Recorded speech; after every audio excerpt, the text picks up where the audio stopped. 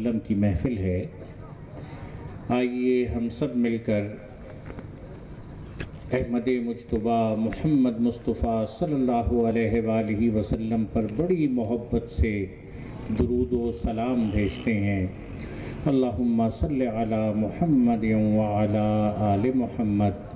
کما صلیت علی ابراہیم وعلی آل ابراہیم انک حمید مجید۔ اللہم بارک علی محمد وعلی آل محمد کما بارکت علی ابراہیم وعلی آل ابراہیم انک حمید مجید۔ وہ دانائے سبل ختم الرسل مولائے کل جس نے غبار راہ کو بخشا فروغ وادی سینا، نگاہ عشق و مستی میں وہی اول وہی آخر وہی قرآن وہی فرقان وہی یاسین وہی طٰہٰ، اور وہ شمع اجالا جس نے کیا 40 برس تک غاروں میں، ایک روز چمکنے والی تھی سب دنیا کے درباروں میں، اور جو دیدہ وروں پہ کھل نہ سکا اور نکتہ وروں سے حل نہ ہوا، وہ راز بھی کملی والے نے بتلا دیا چند اشاروں میں۔ میرے انتہائی محترم جناب لئیق خان صاحب، سابق ممبر قومی اسمبلی، نائب امیر جماعت اسلامی ضلع غربی، محترم جناب محمد اشرف بھائی، امیر جماعت اسلامی گڈاب زون،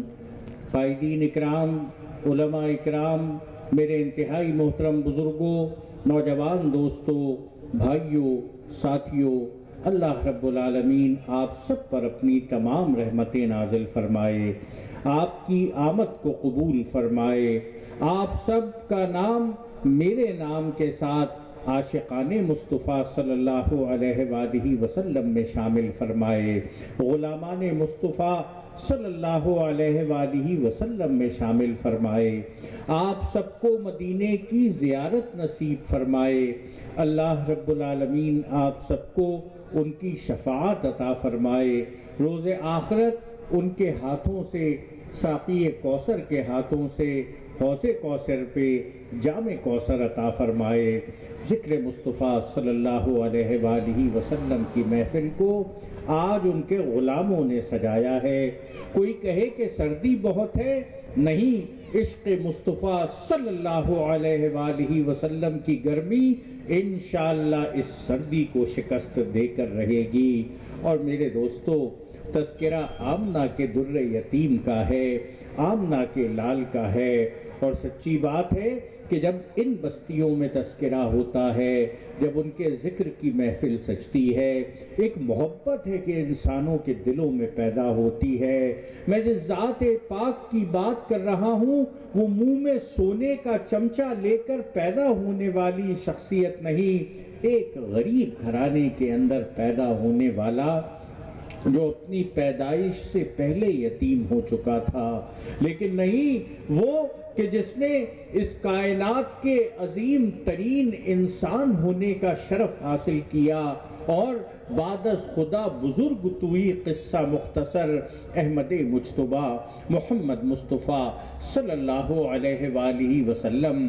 کہ آج بھی انسانوں سے سوال کیا جاتا ہے، تم سب سے زیادہ کس سے محبت کرتے ہو، کس کی چاہت ہے کہ تمہارے دل میں بسی ہوئی ہے۔ سن 2000 میں یہ سوال ہوا، انٹرنیٹ پر سوال ہوا، ساری دنیا کے انسانوں سے سوال ہوا، کون تمہارے دل میں بسا ہے، کس کی چاہت تمہارے دل میں ہے۔ عجب بات ہے، آج کی دنیا میں یہ سوال ہوتا ہے، اور صرف ان سے نہیں جو مسلمان ہیں، بلکہ جواب دینے والوں میں یہودی بھی ہیں، عیسائی بھی ہیں، ہندو بھی ہیں، سکھ بھی ہیں، بدھ بھی ہیں، خدا کے انکار کرنے والے بھی ہیں۔ لیکن عجب بات ہے، آج کی دنیا میں آج سے 12 سال پہلے سوال ہوا،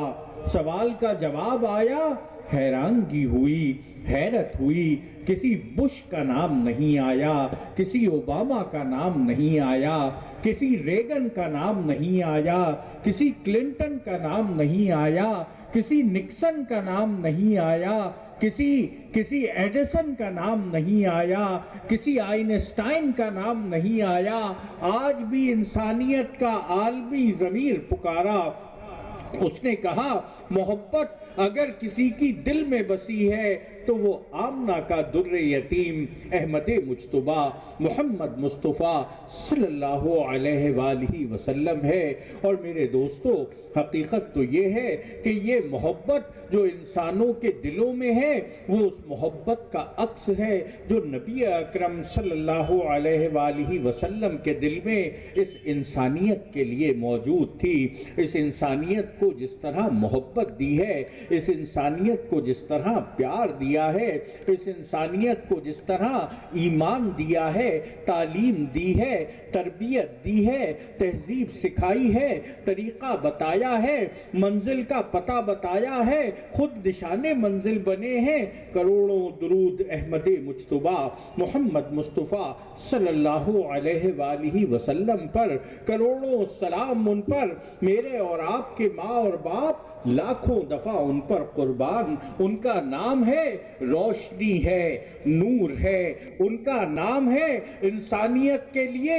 اعتماد ہے، امید ہے۔ نام مصطفیٰ صلی اللہ علیہ وآلہ وسلم اندھیروں میں اجالا ہے، آج بھی دنیا میں ہدایت کی شناخت ہے، پہچان ہے۔ کفر کے سامنے آج بھی اگر کوئی مشکل نظر آتی ہے تو ان کو عشق مصطفیٰ صلی اللہ علیہ وآلہ وسلم ایک رکاوٹ نظر آتا ہے۔ لیکن نہیں میرے دوستو،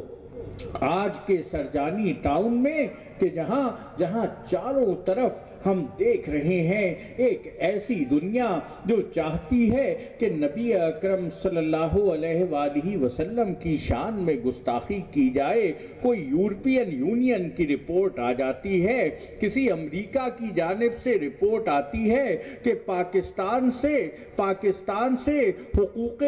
تحفظ رسالت کے قوانین کو ختم کر دیا جائے، پاکستان کے آئین میں سے قادیانیوں کو کافر قرار دینے کی شق کو ختم کر دیا جائے۔ لیکن شاید وہ نہیں جانتے کہ یہ ملک غلامان مصطفیٰ صلی اللہ علیہ وآلہ وسلم کا ملک ہے، اور تم کہتے ہو کہ ہم اس قانون کی شق کو ختم کریں۔ ارے ہم تو تم کو بتانا چاہتے ہیں کہ یہاں پر بسنے والا ایک ایک آدمی عشق مصطفیٰ صلی اللہ علیہ وآلہ وسلم میں اپنے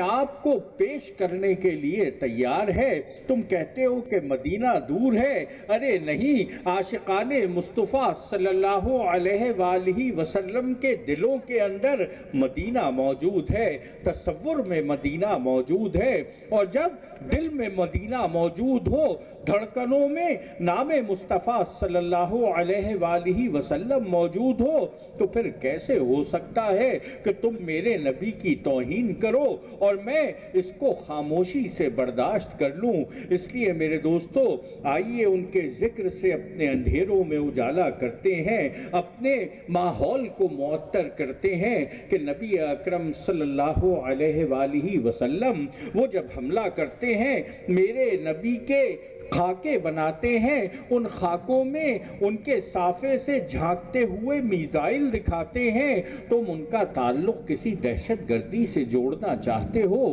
لیکن نہیں، میرا نبی ہے وہ دنیا کے اندر اخلاق کی تکمیل کے لیے آیا ہے، صبر اس کی پہچان ہے، وہ انسانیت کے لیے محبت کا عنوان ہے۔ اور میں ذرا آپ کے سامنے عرض کروں کہ نبی اکرم صلی اللہ علیہ وآلہ وسلم کوہ صفا پر کھڑے ہیں، مکے والوں کو بلا رہے ہیں، مکے والوں صبح کا حملہ ہو گیا، مکے والوں صبح کا حملہ ہو گیا، مکے والے ہیں،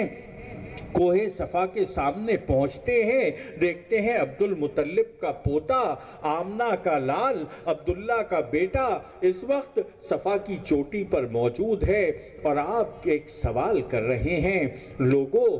تم نے میری زندگی کے 40 سال دیکھے ہیں، آج تم سے کہوں اس پہاڑ کی چوٹی کے پیچھے دشمن کا ایک لشکر تم پر حملہ آور ہونے کے لیے تیار ہے، کیا میری بات پر یقین کر لو گے؟ چھوٹا سا سوال ہے، سادہ سا سوال ہے۔ زندگی کے 40 سال تم نے دیکھے ہیں، بچپن تم نے دیکھا ہے، جوانی تم نے دیکھی ہے، لڑکپن تم نے دیکھا ہے، پکی عمر تم نے دیکھی ہے، دن تم نے دیکھا، رات تم نے دیکھی، لین تم نے دیکھا، دین تم نے دیکھی، صبح تم نے دیکھی، شام تم نے دیکھی، سفید تم نے دیکھا، سیاہ تم نے دیکھا۔ میری زندگی کا ایک لمحہ تمہاری نگاہوں سے چھپا ہوا نہیں ہے۔ ارے میں کہوں کہ پہاڑ کے پیچھے سے دشمن کا لشکر حملہ آور ہونے والا ہے، کیا مجھ پر یقین کرتے ہو؟ کیا مجھ پر اعتماد کرتے ہو؟ کیا مجھ پر بھروسہ رکھتے ہو؟ ارے کیا تم نے آج تک میری زندگی میں کبھی جھوٹ دیکھا ہے، کبھی خیانت دیکھی ہے، کبھی ہرس دیکھی ہے، کبھی ہوس دیکھی ہے، کبھی خود غرضی دیکھی ہے، کبھی ناپسندی دیکھی ہے؟ چھوٹا سا سوال ہے، سادہ سا سوال ہے۔ مکے والے سامنے موجود ہیں، ایک آدمی دائیں جانب سے اٹھتا ہے، کہتا ہے اے محمد صلی اللہ علیہ وآلہ وسلم، تم صادق ہو، سچے ہو، امین ہو، امانت دار ہو، تم کہو گے پہاڑ کے پیچھے دشمن کا لشکر موجود ہے، ہم تمہاری بات پر یقین کریں گے۔ پہلا آدمی بیٹھتا ہے، دوسرا آدمی کھڑا ہوتا ہے، کہتا ہے کہ اے محمد صلی اللہ علیہ وآلہ وسلم، مجھے پہاڑ پر چڑھنے کا موقع مل جائے، اس کا دامن میری آنکھوں کو نظر آنے لگے، مجھے پہاڑ کے دامن میں دشمن کا کوئی لشکر نظر نہ آتا ہو، لیکن میرے کان سنیں، تمہاری زبان کہہ رہی ہو دشمن کا لشکر پہاڑ کے دامن میں موجود ہے، میں سمجھوں گا میری آنکھ جھوٹ دیکھتی ہے، اس لیے کہ تجربے کی کسوٹی نے بتایا ہے زبان مصطفیٰ صلی اللہ علیہ وآلہ وسلم جھوٹ نہیں بول سکتی، دھوکہ نہیں دے سکتی، خیانت نہیں کر سکتی۔ ارے کیسی عظیم و شان گواہی ہے، میرے نبی کی گواہی ہے، اس کی سیرت و کردار کی گواہی ہے، اس کے اخلاق و اطوار کی گواہی ہے، وہ جنہوں نے آنکھوں سے دیکھا ہے وہ گواہی دے رہے ہیں۔ اور میرے دوستو، میں تو صرف اتنی بات عرض کروں گا کہ